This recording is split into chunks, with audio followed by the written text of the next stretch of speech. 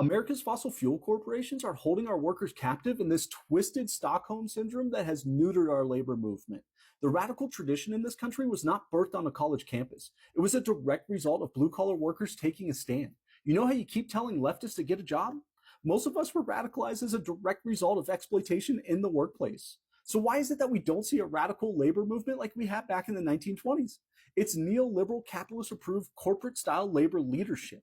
The pre-WW1 labor movement was about fighting injustice for the working class. Nowadays, it's about fighting legislation on behalf of major corporations that unions have contracts with. They have pacified workers with small concessions and the promise of employment. There's been a battle in my state for years over the fossil fuel industry. Every refiner in California is unionized, so obviously we show up on behalf of jobs. But these employers have a complete monopoly between each other on the transportation and the economy, while they dump carcinogenic chemicals on working class communities, the very thing that labor used to fight against. We show up as pro bono lobbyists on their behalf.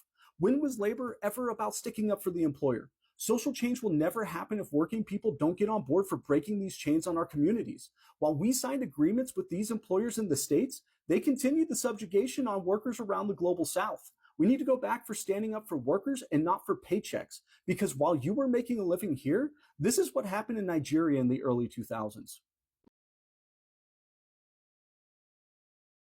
Take the power back!